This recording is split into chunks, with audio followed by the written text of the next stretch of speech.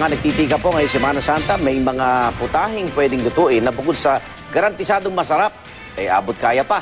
Alamin kung paano ihanda ang ilang Lenten recipe sa report na ito. Mga 3 piraso yung bloke lang.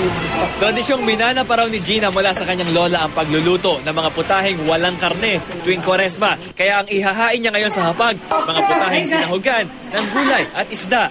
Gusto ko maituro ko rin sa mga anak ko na kahalagahan ng pagtitika sa panahon ng Lenten season. Tulad nitong talong with tomato and tuna sauce. Ang pritong talong, nilagyan ng ginisang sibuyas, bawang, tomato paste at tuna. Patok naman sa mga chikiting, itong tofu tuna Shanghai. Paghalu-haluin lang ang tokwa, tuna, sibuyas, tomato paste at itlog sa isang bowl. At saka ibalot sa lumpia wrapper at iprito. Okay po, masarap po. Kasi po yung tokwa po, high on protein po siya. I love to, Mommy. Ang manggang patok tuwing tag-init, pwede rin daw pansahog sa mga putahe. Gaya nitong butterfly tilapia with mango curry sauce.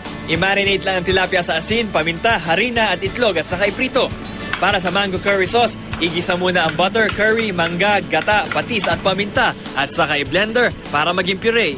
Patok ding isahog ang hinog, hilaw at maging dried mangga sa inyong salad. Paghalu-haluin sa isang bowl ang lettuce, bell pepper, white onion, carrots at mga mangga. At para sa dressing, i-blender ang bagoong alamang kasama ng olive oil, suka, mustard at bawang. Kung mahilig naman sa paksiw, maaaring subukan itong steamed bangus with roasted garlic paksiw.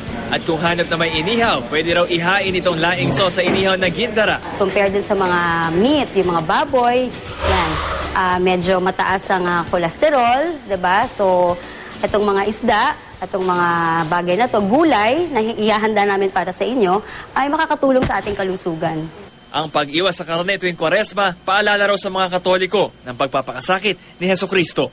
Part of para ano natin ang pagsasakripisyo, maging simple, hindi masyadong mahal, hindi masyadong magarbo na pagkain.